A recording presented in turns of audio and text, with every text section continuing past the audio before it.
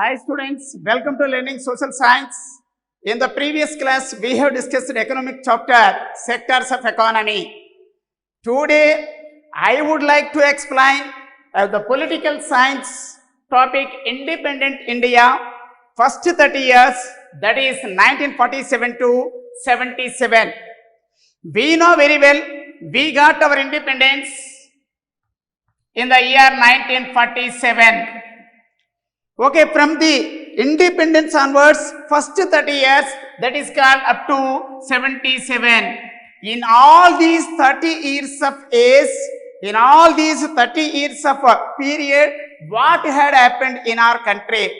What changes occurred in our country? Today we are going to discuss. This chapter is very important for CBSE 10th class board examinations, as well as Andhra Pradesh 10th class board examinations and Telangana board exams also.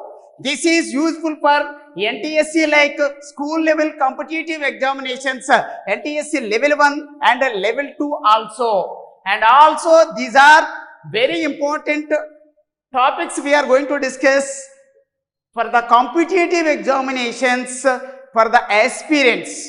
Finally, our topic is Independent India. In this Independent India, first 30 years, today we are going to discuss. On 26th January 1950, we are going to enter into life of contradictions. In politics, we will have equality, and in social and economic life, we will have inequality. In politics, we will be recognizing in the principle of one man, one vote, and one vote, one value. Who said these words? Dr. B.R. Ambedkar. According to Dr. B.R. Ambedkar's opinion, in our country, in the political life, according to this one principle, one man, one vote, and one vote, one value, according to this principle, we are getting political equality. Still now, some social and economic inequalities are going on. We know very well this 26th January 1950. Dear students, do you know what is the importance of 1950 26th January? On the day that our constitution came into force, we celebrate this day as Republic Day. Republic Day. What is Republic Day? Republic means head of the country is directly or indirectly elected by the people, that then the country is known as a republic country. For example, we take India, the head of our country is the President of India. The President of India is indirectly elected by the people once in every 5 years.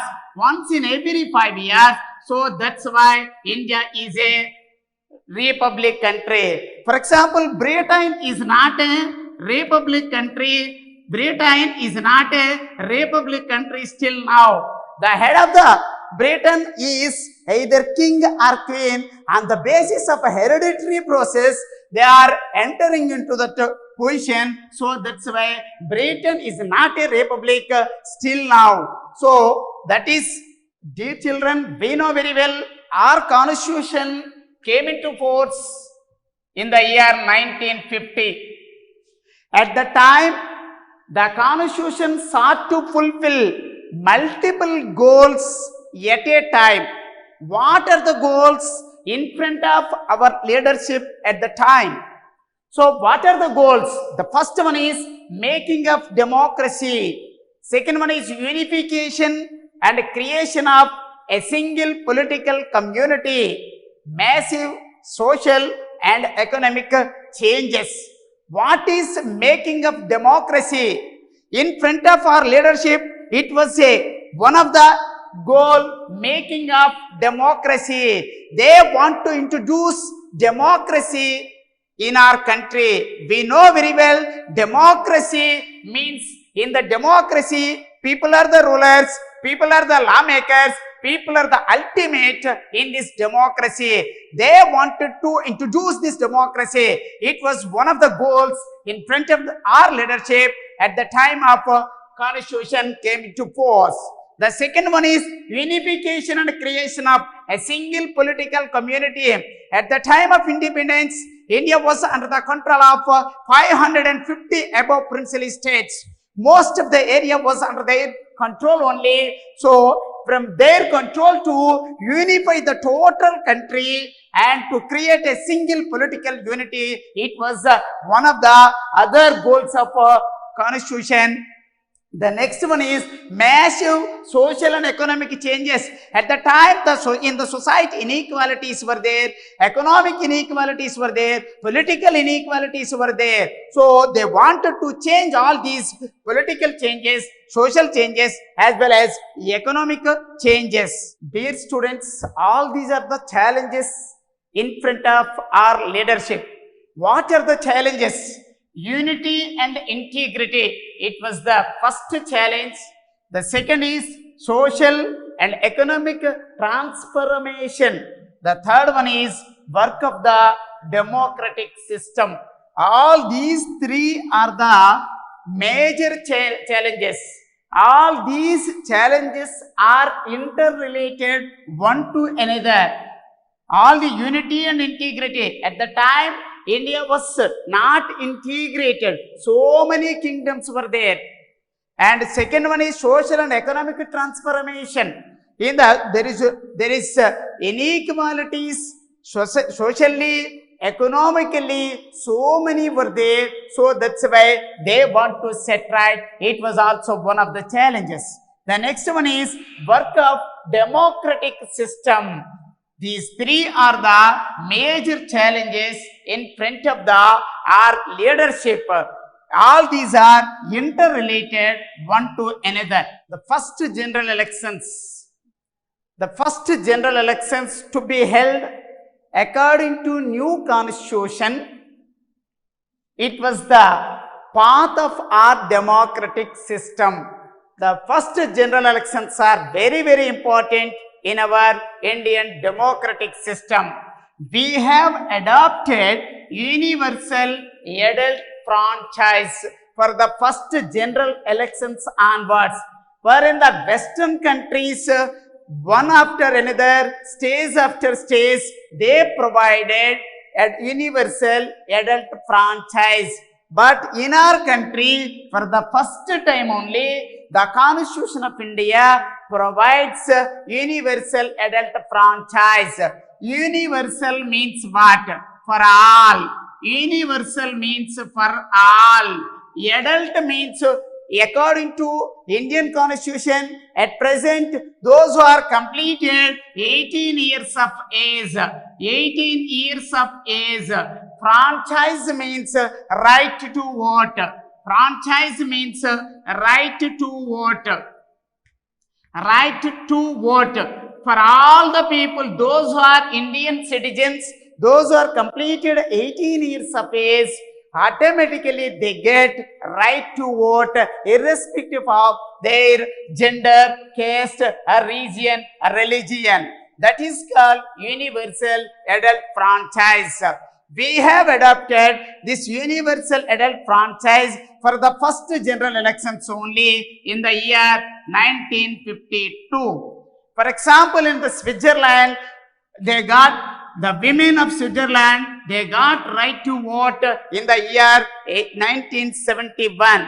But our Indian women got right to vote in the year 1952 for the first general elections only. Dear children, do you know how many types of elections are there? We know only 3 types of elections. The first one is general elections. The second one is mid-term elections. The third one is by-election. What is meant by general elections? If the elections are conducting between the regular intervals for all the seats, to fill all the seats are the most of the seats. If the elections are conducting to fill all the seats or the most of the seats between two regular intervals. In our country, the regular intervals for general elections in our country is 5 years. The second is mid-term elections. If the elections are conducting between two general elections to fill all the seats or the most of the seats, then it is called mid-term elections. Again, if the elections are conducting between the two general elections to fill almost all the seats or the majority of the seats, then it is called mid-term elections. The third one is by-election. By-election means it is also conducting, elections are conducting between the two regular elections or two general elections, but it is to fill one or few vacant seats only. To fill one or few vacant seats, if the elections are conducting in that particular constituencies only between the two general elections, this is called by-election. Dear children, up to now, how many general elections were conducting in India? Do you know? Yes, we have conducted up to now 17 general elections in our country. 17 general elections in our country. In which years all these general elections were conducted? Just like a phone number, we can easily remember 272-7170-4916-894949. Again I repeat, 272-7170-4916-894949. The first two indicates 1952.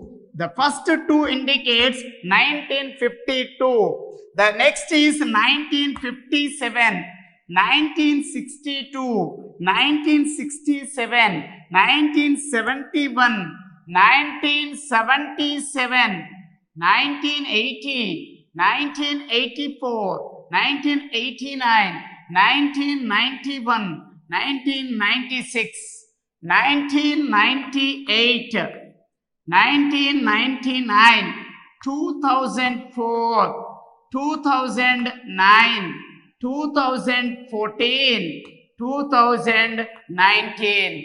In all these years, we have conducted up to now 17 general elections.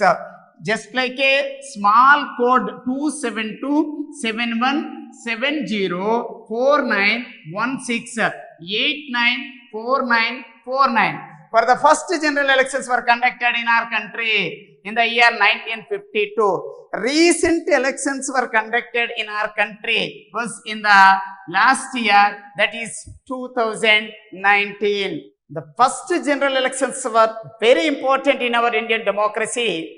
At the same time, the first general elections were too difficult also, because at the time so many social dimensions were there in our country. A large sections of the people, they were illiterates.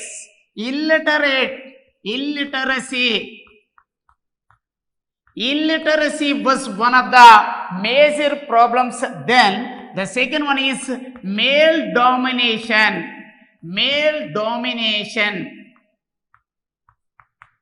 These two are the major problems to conduct the first general elections. Majority of the people, they were illiterates. They did not know what was elections at the time. They did not know how to choose their candidate, those who are contesting in that particular elections. And moreover, at the time of independence in the year 1947, our literacy rate was only 12%. According to 1951 census, our literacy rate was 18%. So, at the time, most of the people, they did not know about elections. They did not know to choose their candidate also because of illiteracy. The second problem is male domination. So many women, they had no independent identity at the time. They were known by their fathers or their husbands. These two were the major problems. At the time, the responsibility was taken by the conduction of elections. Responsibility was taken by Election Commission of India. Indian Election Commission, Election Commission of India, Election Commission of India. This election commission, according to Article 324, Indian Election Commission was set up by the Constitution of India. The first election commissioner of India was Mr. Sukumar Sen. At present, Chief Election Commissioner of India, Chief Election Commissioner of India is Sunil Arora. Dear children, Election Commission is an autonomous body. It was formed in the year 1950. It takes the responsibility of conducting free and fair elections in our country. At the time, the first election commissioner of India was Mr. Sukumar Sen. At present, Chief Election Commissioner of India is Mr. Sunil Arora. Dear children, who is the Chief Election Commissioner of India at present? Mr. Sunil Arora. According to 324 article of our Indian Constitution, this autonomous body was arranged by the Constitution of India. At the same time, the state election commissions are also there. According to 243K and Z articles, state election commissions were set up by the Constitution of India. Already we have discussed, dear students, so many difficulties were there in the conduction of first general elections. Already we have discussed, the first one is illiteracy, the second one is male domination. To make it easier, the election commission came to a novel idea having in our everyday life. So the election commission of India allotted different types of symbols which are in everyday life to the contesting candidates. Still now the election commission of India is doing the same. Make it easier, in the first elections, they allot one box, they stuck their symbol outside of the box. At the time, the voters, almost the voters were illiterates. They did not know how to cast their vote. So that's why just they dropped their ballot paper in any one of the boxes. That indicates that the casting of the vote is over in the first general elections. The conduction of elections free and fair manner in our country is a gigantic process. So many stages are there in the conduction of elections in our country. Dear children, conduction of elections in our country is a gigantic process. Large process is there. So many stages are also there in the conduction of elections in our country. The first stage is preparatory stage. According to People's Representative Act, the Election Commission of India conduct elections. The second one is Election Commission. The Election Commission prepares electoral roll before conducting elections. Any type of legislative assembly elections or the Lok Sabha elections. What is electoral roll? The list of eligible voters in that particular constituency or in the district level, that is called electoral roll or voters list. The third one is nominations. the interesting candidates. Here, two types of interesting candidates are there. Some are independent candidates, some are party candidates. They submit their nominations towards returning officers of that particular constituency level. After some time, withdrawals of the nominations is also there. The candidates, those who lost their interest in contesting elections, they withdraw their nominations from the returning officer. The next one is ballot paper. Nowadays, EVMs, electronic voting machines we are using. In the ballot paper, the total contesting candidates' names against to their names, their symbols are also printed. Instead of ballot paper, now the Election Commission of India uses the electronic voting machines for voting. The next one is arrangements. So, elaborate arrangements were needed in India because of to conduct the free and fair elections all over the India is elaborate arrangements were compulsory. Next, on particular day, the eligible voters, they cast their vote to their interesting candidates. The last one is announcement of the results. After few days, the Election Commission of India announced the result. The majority votes, those who got the majority votes, they will announce they are the winning candidate in that particular elections. Dear children, all these are the different stages. Again, I repeat, the first one is preparatory stage. The second one is election commission's work. The third one is nominations. Fourth one is withdrawal of the nominations. The next one is ballot paper or EVMs, elaborate arrangements. The next one is voting. The last one is announcement of the results. All these are the different stages in the conduction of elections in our country. In the first elections, 1952, 1957, next 1962, next 1967. In all these elections, continuously one party dominance we have seen in our Indian political system. First, we discuss, dear children, according to 1952 general elections, which parties were participated in that elections, how many seats were won by them, first we discuss. The first one is Congress party got 364 seats. Independents all over India, only 37. Communist Party of India won by 16 seats. Socialist Party won by 12 seats. Kisan Mazdoor Praja Party only 9 seats.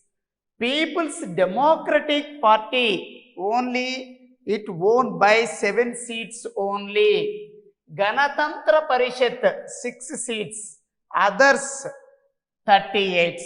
All these parties more than 5 seats won in the first general elections which was conducted in the year 1952. What we have observed from this table is Congress party won majority of the seats in our country in the first elections.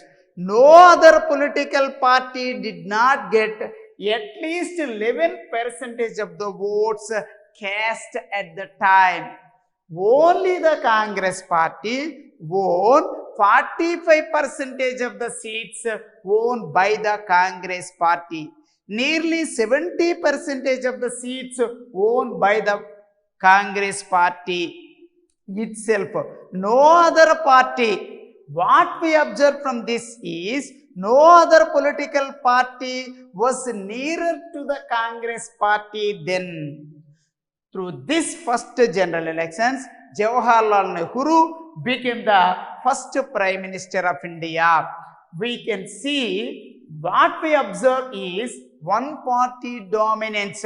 Only that is the Congress party dominance we have seen in all the first, second, third continuous elections in our Indian political system. Dear children, we have seen already in the first general elections and the seats won by different political parties. Now, one more example we are going to be seeing. In 1962 elections, general elections, Congress won 361 seats. Communists won 29. Independents won only 20 seats. Swatantra Party won 18 seats. Next, 14 seats won by Janasangh Party. 12 seats won by Praja Socialist Party. 7 seats were won by DMK. 6 seats won by Socialist Party. 27 seats won by others. Here also more than 5 seats won by different political parties only we have mentioned here. Here again we have observed again the dominant political party in these elections was also Congress party only. 361 seats won by the Congress. So after few decades, 2 and 3 decades, remaining political parties slowly raised their voice. According to first 3 general elections, Congress party won 70% of the seats in our Lok Sabha. No other party did not reach that, so that's why remaining political parties, they were unable to challenge the Congress party and the Congress system at the time.